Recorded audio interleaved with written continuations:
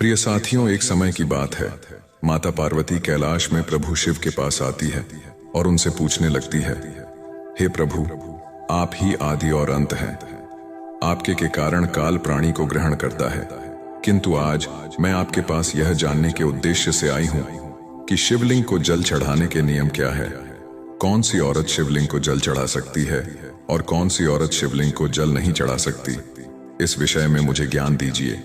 तथा कौन सी औरत को सावन के सोमवार व्रत का पालन नहीं करना चाहिए, कृपा करें और मेरे मन की आशंकाओं को दूर करें। दोस्तों, तब मुस्कुराते हुए प्रभु शिव कहते हैं, हे पार्वती, आज आपने उत्तम प्रश्न किया है। शिवलिंग को जल देने के महत्वपूर्ण कुछ नियम होते हैं। उन नियमों का पालन करते हुए ही शिवलिंग को जल देना चाहिए। यदि कोई मनुष्य इन नियमों का पालन नहीं करता है तो उसे महापाप लगता है। हे पार्वती, मैं उस स्थान से रुष्ट हो चला जाता हूं जहां पर इन नियमों का पालन ना किया जाए। हे प्रिय, आज मैं उन 3 मनुष्यों के विषय में बताने वाला हूं जिन्हें शिवलिंग को जल नहीं चढ़ाना चाहिए। इन मनुष्यों को शिवलिंग को जल देने का कोई शुभ फल प्राप्त नहीं होता है।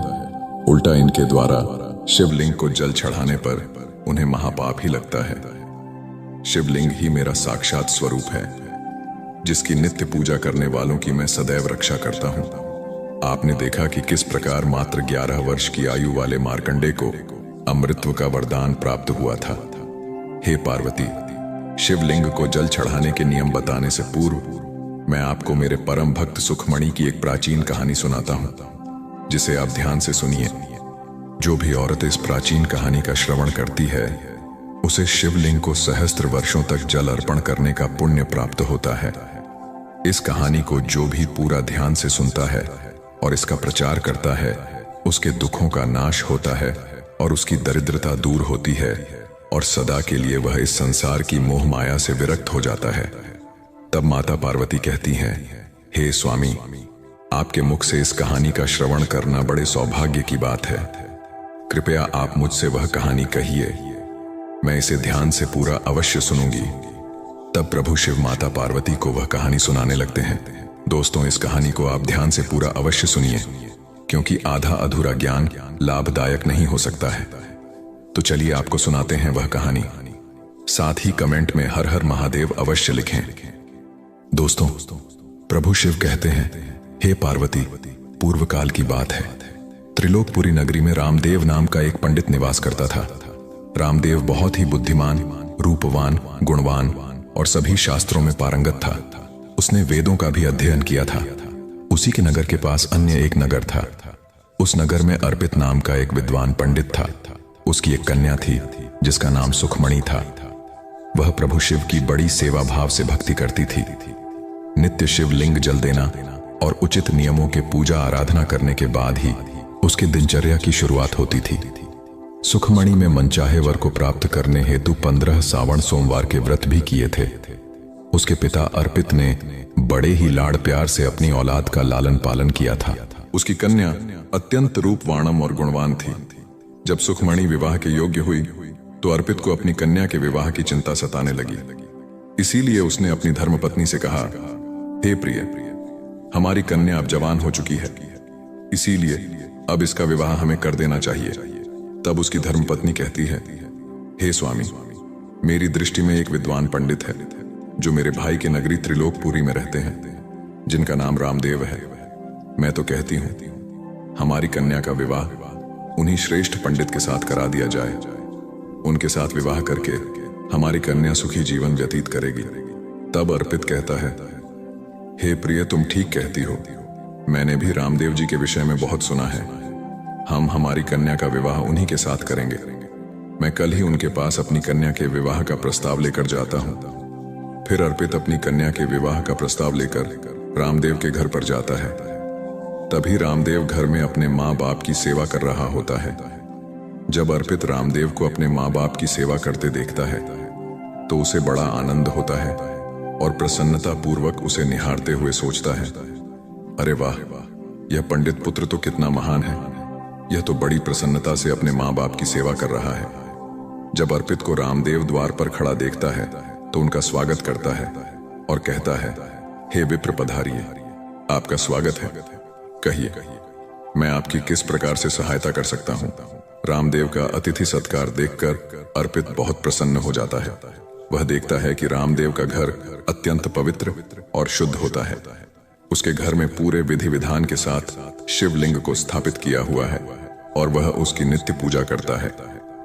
इसी कारण से अर्पित को विश्वास हो जाता है कि रामदेव ही उसकी कन्या के लिए सर्वोत्तम वर है। तभी अर्पित रामदेव से कहता है, हे विप्र, आज मैं आपके पास मेरी कन्या के साथ आपके विवाह का प्रस्ताव लेकर आया हूं। मेरी कन्या के लिए आपके समान श्रेष्ठ कहीं और नहीं मिल सकता।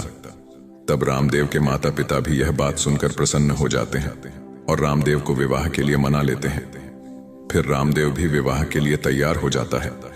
दोस्तों, समय के अनुसार विवाह का मुहूर्त तय किया जाता है और एक पवित्र स्थान पर रामदेव और सुखमणि का विवाह संपन्न किया जाता है। सुखमणि के सुंदर और मनमोहक रूप को देखकर रामदेव भी बहुत प्रसन्न होता है। सुखमणि अत्यंत सुंदर, गुणवान और चरित्रवान औरत थी। विवाह के बाद जब सुखमणि रामदेव के घर पर जाती है तो वह भी अपने पति और सास ससुर की बड़ी सेवा करती है। अपनी मधुर वाणी और कार्यों से वह सभी के मन को जीत लेती है। सुखमणि के ससुराल वाले भी उसके कार्य से बहुत संतुष्ट और सदा ही प्रसन्न रहते हैं। सुखमणि नित्य अपने पति से पहले जागकर घर का आंगन साफ करती थी। फिर घर के अंदर साफ सफाई करके स्नान किया करती थी। स्नान करके वह पूजा घर में जाकर पूजा किया करती थी और नित्य रूप से शिवलिंग को जल देती थी तथा बेल्व पत्र अर्पण करती थी। दिन भर वह अपने अन्य कामों कर सभी परिवारजनों को प्रसन्न करती थी। फिर रात को वह पति के चरण दबाकर उसके सो जाने के बाद ही सो जाया करती थी। सुखमणि के अंदर एक पतिव्रता नारी के सभी लक्षण थे और वह अपने पति को ही परमेश्वर मानकर उनकी सेवा करती थी। सुखमणि ने कभी अपने पति के अलावा अन्य पुरुष के विषय में विचार नहीं किया। वह सत्य धर्म का पालन करने वाली और धर्म कार्य करने वाली पवित्र औरत थी। उसने कभी कोई अशुभ कार्य नहीं किया। सुखमणि के ऐसे सात्विक और सरल स्वभाव को देखकर मां लक्ष्मी भी उस पर मेहरबान थी। मां लक्ष्मी स्वयं चलकर उसके घर में आकर निवास करने लगी, जिससे सुखमणि के जीवन में सुख समृद्धि और भी अधिक बढ़ गई। दोस्तों, प्रभु शिव कहते हैं, हे देवी पार्वती, धन की देवी लक्ष्मी उन्हीं मनुष्यों पर अपनी कृपा दृष्टि बनाए रखती है जो पतिव्रता होती है और जो सत्य धर्म का पालन करती है। सुखमणि के अंदर वे सभी लक्षण थे जो एक श्रेष्ठ पतिव्रता नारी के अंदर होने चाहिए। लेकिन आगे मैं तुम्हें बताऊंगा कि सुखमणि की एक भूल के कारण उसका पूरा परिवार दुखों के बादलों में डूब गया और उसके जीवन में केवल क्लेश, अशांति और दुख ही आने लगे। हे पार्वती, फिर एक दिन की बात है जिसके अगले सुबह श्रावण मास आरंभ होने वाला था और संजोग से उस दिन अमावस्या भी थी। तभी सुखमणि ने दोपहर के खाने में खीर बनाई थी, जिसमें कि कई अधिक मात्रा में प्याज, गोभी और अन्य सब्जियों को दही के साथ मिलाकर बनाया था और स्वाद को बढ़ाने हेतु नमक का भी उपयोग उसने किया था। तब सुखमणि और उसका परिवार वह संध्या पूर्व भोजन कर रात्रि में सो गए। किंतु सुखमणि ने जो खीर बनाई थी वह काफी स्वादिष्ट बनाई और सभी के भोजन पश्चात उसमें से थोड़ी बच भी गई थी। जब अगली सुबह रामदेव और सुखमणि जल्दी सुबह उठे तो उन्हें रात की बनाई हुई खीर बहुत पसंद आई थी और उन दोनों ने उसे खा लिया। दोस्तों, कहते हैं कि प्याज के अधिक सेवन करने से मनुष्य की कामुकता बढ़ जाती है। अब उन दोनों के साथ यही हुआ। सुखमणि का पति अत्यंत कामात होकर सुबह स्नान करने के पश्चात सुखमणि के पास आया और उसने सुखमणि के साथ शारीरिक संबंध स्थापित किया, जिससे सुखमणि का शरीर अपवित्र हो गया। लेकिन सुखमणि का मन भी चंचलता के प्रभाव में ही था, इसीलिए वह भी अपने नित्य नियम को भूल गई और उसने पति के साथ अठखेलियां बनाने के बाद बिना स्नान किए ही शिवलिंग को स्पर्श किया और जल चढ़ा दिया, जिससे सुखमणि के शरीर में महामोह ने प्रवेश कर लिया, जिस कारण से सुखमणि के सारे इंद्रिय तिलमिला उठे। सुखमणि के शरीर में महामोह ने प्रवेश करते ही प्रभु शिव क्रोधित होकर वहां से चले गए तथा इस अपवित्र अवस्था को देख शिव जी अपने ही भक्त से रुष्ट होकर वहां से चले जाते हैं। तब से सुखमणि के शरीर में निवास कर रहे उस महामोह ने उसे सभी धार्मिक कार्यों से वंचित कर दिया तथा उसने अपने सभी श्रावण सोमवार व्रतों के पुण्य को नष्ट कर दिया। उन दोनों ने अनजान में लहसुन प्याज का सेवन किया तथा सोमवार के व्रत के दौरान सुखमणि ने सेंधा नमक का उपयोग अपने भोजन में किया, जिस कारण से उसका व्रत भी विफल हो गया। जिस व्रतों को करने से मनुष्य को महापुण्य की प्राप्ति होती है, वहीं सुखमणि अपने अनजान दुष्कर्म से पाप की भागी बनती जा रही थी। महामोर के शरीर में वास होने के कारण सुखमणि की मति भ्रष्ट हो जाती है तथा इसका विपरीत प्रभाव सुखमणि के पति पर भी पड़ पड़ा और वह भी सदा कामात होकर सुखमणि के साथ भोग विलास करने लगा। उसका मन सदैव ही चंचल अवस्था में लगा रहता था। फिर एक दिन सुखमणि के पति ने तो सभी सीमाओं का उल्लंघन किया और सुखमणि के मासिक धर्म के दौरान ही उसके साथ संबंध स्थापित किया, जिससे सुखमणि के शरीर में निवास कर रहा ब्रह्म हत्या का पाप उसके पति के शरीर में प्रवेश कर गया। हे देवी, जब औरत मासिक धर्म से होती है तो उसके शरीर में 3 दिनों तक ब्रह्म हत्या का पाप निवास करता है, क्योंकि ब्रह्मदेव ने इंद्र के शरीर से ब्रह्म हत्या का पाप निकालकर वृक्ष, जल, अग्नि और अप्सराओं को ग्रहण करने के लिए कहा था। उसी समय से औरतों के शरीर में मासिक धर्म के दौरान ब्रह्म हत्या का पाप निवास करता है, और जो भी पुरुष मासिक धर्म के दौरान औरत को स्पर्श करता है अथवा उसके साथ संबंध बनाता है तो यह पाप उसके शरीर में प्रवेश कर जाता है। वही ब्रह्म हत्या का पाप सुखमणि के पति के शरीर के अंदर प्रवेश कर गया और वह जमीन पर गिर पड़ा। उसे तुरंत ही कुष्ठ रोग हो गया। उसका अंग अंग जलने लगा, उसके शरीर पर छाले पड़ गए, उसके पूरे शरीर से रक्त की बदबू आने लगी और वह दर्द से चीखने चिल्लाने लगी। हाय, ये मुझसे क्या अपराध हो गया? मेरे द्वारा ये कैसा भयंकर पाप हो गया है? मैंने सब कुछ जानते हुए भी महापाप किया है। हे शिव, अब मेरी रक्षा कौन करेगा? तभी सुखमणि की सांस तुरंत उस स्थान पर आ गई तो उसने देखा कि उसका बेटा कुष्ठ रोग से ग्रसित होकर जमीन पर पड़ा है। वह क्रोध में आकर सुखमणि से कहने लगी, अरे चुड़ैल, अरे पापिनी, तूने यह क्या कर डाला? अपने ही पति का धर्म भ्रष्ट कर डाला। तूने उसके साथ मासिक पीड़ा में क्यों संबंध बनाया? अपने पति की ऐसी हालत देखकर सुखमणि बहुत घबरा गई और जोर जोर से रोने लगी और कहा, हे सासू मां, मुझे क्षमा करो, मुझसे बहुत बड़ा अपराध हो गया है। मन पर नियंत्रण होकर मेरे द्वारा यह अपराध हो गया है। तब सुखमणि की सांस ने कहा, हे पापिनी, तू इस घर से अभी चली जा। तुझ जैसी चुड़ैल औरत को इस घर में नहीं रहना चाहिए। तूने मेरे बेटे के जीवन को नरक बना दिया है और पता नहीं आगे और क्या क्या करेगी। सुखमणि कहती है, हे माँ जी, मैं कहाँ जाऊं? मेरे पति के अलावा मेरा कोई नहीं है। मैं उन्हें छोड़कर जीवित नहीं रह सकती। तू कहीं भी जाकर मर जा, लेकिन अब तू इस घर में निवास नहीं कर सकती। इतना कहकर सुखमणि की सांस ने उसे धक्के मारकर घर से निकाल दिया। फिर सुखमणि दुखी होकर घर से निकल गई। उसे अपनी भूल पर बड़ा पछतावा होने लगा। उसे कुछ भी समझ में नहीं आ रहा था कि वह क्या करे। तब सुखमणि चलते चलते एक वन में जाती है। उसी वन में एक शिव मंदिर होता है। तब वह उस मंदिर पर सहायता मांगने के लिए जाती है तो वहां पर कोई नहीं होता है। सुखमणि उसी मंदिर पर जाकर बैठ जाती है और अपने दोष के विषय में सोचते हुए दुखी होने लगती है। फिर कुछ समय के बाद एक महात्मा उस मंदिर पर आते हैं जो कि मंदिर के पुजारी होते हैं। जब वे महात्मा एक औरत को अपने मंदिर पर दुखी बैठा हुआ देखते हैं तो आश्चर्यचकित हो जाते हैं और पास जाकर उस औरत से पूछने लगते हैं, हे कल्याणी, तुम कौन हो और किस कारण से इस स्थान पर अकेले बैठी हो? तुम्हारे दुख का क्या कारण है? कोई गुप्त बात ना हो तो अवश्य बताओ, शायद मैं तुम्हारी कोई मदद कर सकूं। तब सुखमणि कहती है, हे मुनिवर, मेरा नाम सुखमणि है। मेरे द्वारा घोर पाप हो गया था। उसी कारण से मैं अपने परिवार से बिछड़कर इस स्थान पर आई हूं। तब महात्मा कहते हैं, हे देवी, यह क्या कह रही हो? तुमने कौन सा पाप किया है? मुझे विस्तार से बताओ। मैं तुम्हारी कोई सहायता कर सकूं तो प्रयत्न अवश्य करूंगा। सुखमणि कहती है, हे मुनिवर, मेरे द्वारा घोर पाप हो गया है। मासिक धर्म के दौरान मैंने पति के साथ संबंध बनाया था। इसी कारण से मेरे पति कुष्ठ रोग से ग्रस्त हो गए और दुख भोग रहे हैं। फिर महात्मा कहते हैं, बेटी, तुम चिंता मत करो। तुम्हारे द्वारा जो पाप हुआ है उसका प्रायश्चित करो। तुम्हें पाप से मुक्ति मिल जाएगी। तुम इस मंदिर में रहकर प्रभु शिव शंकर की पूजा करो शिवलिंग को नित्य जल दो और बेलपत्र अर्पण करो। यही तो पूरे संसार के पिता हैं। जो भी इनके शरण में आता है उसका उद्धार निश्चित ही होता है और तुम्हारा पति भी जल्दी ही ठीक हो जाएगा। फिर वह सुखमणि वहीं पर उसी शिव मंदिर में रहकर प्रभु शिव और शिवलिंग की नित्य पूजा करने लगती है। रोज स्नान करके वह ब्रह्मचर्य का पालन करते हुए शिवलिंग को जल चढ़ाती है और शिवलिंग पर बेलपत्र अर्पण करती है तथा प्रभु शिव को मिष्ठान भोग लगाती है तथा उस मंदिर में मौजूद सभी गायों को चारा डालती है, उनकी सेवा करती है।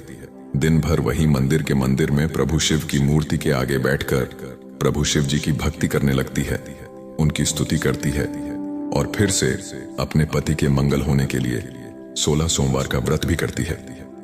इस प्रकार से 1 वर्ष बीत जाता है, किंतु वहीं दूसरी ओर प्रभु शिव भी उसकी परीक्षा ले रहे होते हैं।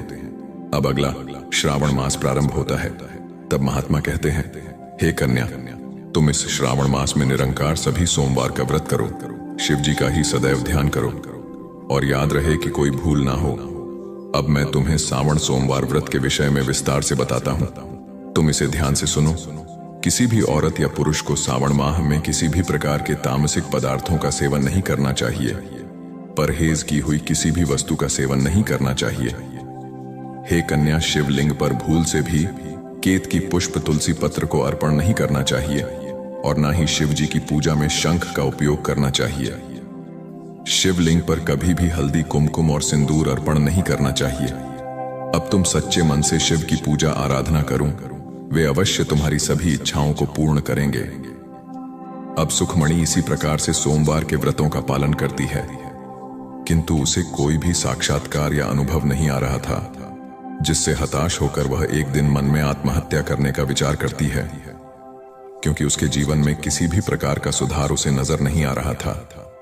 तब वह शिव मंदिर के पास वाली नदी के किनारे जाती है और प्रभु शिव का स्मरण करते हुए जल समाधि ले लेती है।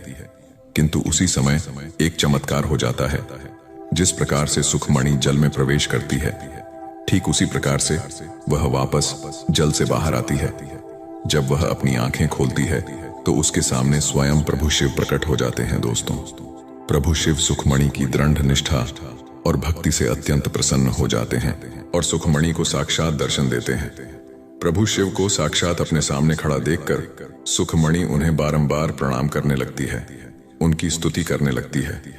तब प्रभु शिव सुखमणि से कहते हैं, हे कन्या, तुमने बड़ी ही श्रद्धा से और भक्ति भाव से मेरी आराधना की है, इसीलिए अब मैं तुम पर प्रसन्न हूं। कहो तुम्हारी क्या कामना है।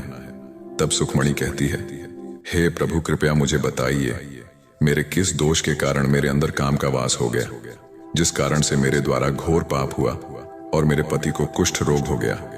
प्रभु शिव कहते हैं, हे कन्या, अब तुम ध्यान से सुनो। तुम्हारे द्वारा अनजाने में ही एक पाप हुआ था, जिस कारण से तुम्हारे अंदर महामोह ने प्रवेश कर लिया था। एक दिन सावन माह में तामसिक पदार्थ का सेवन करके तुमने अपने पति के साथ संबंध बनाने के बाद बिना स्नान किए ही शिवलिंग स्पर्श करते हुए जल दिया था। पति धर्म पत्नी जब रतिक्रिया करते हैं तो उनका शरीर अपवित्र हो जाता है और ऐसी अवस्था में शिवलिंग को कभी स्पर्श नहीं करना चाहिए। शिवलिंग मेरा ही पूर्ण अंश अवतार है। तुमने अपवित्र अवस्था में ही शिवलिंग को जल अर्पण किया था, जिस कारण से मैंने तुम्हारे घर का त्याग किया और फिर महामोर ने तुम्हारे अंदर प्रवेश कर लिया। उसी महाम के कारण तुम्हारे और तुम्हारे पति के अंदर काम का प्रभाव अधिक बढ़ गया और मासिक धर्म के दौरान औरत के साथ संसर्ग होने के कारण तुम्हारे पति को कुष्ठ रोग हो गया था। वह सुखमणि कहती है, हे प्रभु, अनजाने में मुझसे यह बड़ा पाप हो गया था, अब इस पाप का क्या प्रायश्चित है। प्रभु शिव कहते हैं, हे सुखमणि, इस पाप का प्रायश्चित तुमने 1 वर्ष तक ब्रह्मचर्य व्रत का पालन करके कर लिया है और 16 सोमवार का निरंकार व्रत भी किया, इसीलिए अब तुम पापों से मुमुक्त हो। सुखमणि कहती है, हे प्रभु, कृपया मुझे बताइए, किस अवस्था में शिवलिंग को जल नहीं चढ़ाना चाहिए और शिवलिंग पर जल चढ़ाने के क्या नियम है। तब प्रभु शिव कहते हैं, हे कन्या, अब मैं तुम्हें शिवलिंग को जल देने के नियम बताता हूं, तुम इसे ध्यान से सुनो। हे कन्या, शिवलिंग अत्यंत पवित्र होता है, यह मुझे सबसे अधिक प्रिय है। इसीलिए इसकी सात्विकता पवित्रता बनी रहनी चाहिए। शिवलिंग को कभी अपवित्र अवस्था हम स्पर्श नहीं करना चाहिए। जो औरत मासिक धर्म से हो उसे कभी स्पर्श नहीं करना चाहिए। मासिक धर्म के दौरान औरत के शरीर में ब्रह्म हत्या का पाप होता है। ऐसे में औरत को शिवलिंग को जल नहीं चढ़ाना चाहिए। किसी भी औरत और पुरुष को संबंध बनाने के बाद शिवलिंग को स्पर्श नहीं करना चाहिए और ना ही इसे जल चढ़ाना चाहिए। संबंध बनाने पर औरत और पुरुष का शरीर अपवित्र हो जाता है। ऐसी अवस्था में शिवलिंग को स्पर्श करने पर दोष लगता है। यह महापाप होता है। हे कन्या, जो औरत अपने पति का त्याग करके चली गई हो, जो विवाह के पश्चात अपने पति को छोड़कर अन्य पुरुष के साथ निवास कर रही हो, ऐसी औरत को भी शिवलिंग को जल नहीं चढ़ाना चाहिए। शिवलिंग की पूजा करने का अधिकार केवल पतिव्रता या कुंवारी मनुष्यों को ही है। जो औरत अस्थि वैश्यावृत्ति की या अनेक पुरुषों के साथ संबंध बनाती है, उसे शिवलिंग को जल नहीं चढ़ाना चाहिए। हे सुखमणि, अब मैंने तुम्हें शिवलिंग को जल देने के संबंध में महत्वपूर्ण नियम बताए हैं, तुम इसे ध्यान में रखो। तब सुखमणि कहती है, हे प्रभु, मेरे पति कुष्ठ रोग से पीड़ित हैं, कृपा करके मेरे पति को रोग से मुक्त कीजिए। तब शिव जी कहते हैं, हे कन्या, तुमने इस शिवलिंग की 1 वर्ष तक पूजा की है और नित्य बेलपत्र अर्पण किए हैं। वृक्षों में बेलपत्र मुझे सबसे प्रिय है। शिवलिंग पर तुमने जो बेलपत्र अर्पण किए थे, तुम इसके पत्ते ले जाकर अपने पति को गुप्त रूप से खिला दो, वह रोग और पापों से मुक्त हो जाएगा। इतना कहकर प्रभु शिव अंतर ध्यान हो जाते हैं। यह सुनकर सुखमणि बहुत प्रसन्न हो जाती है और प्रभु शिव को बारंबार प्रणाम करके धन्यवाद देती है।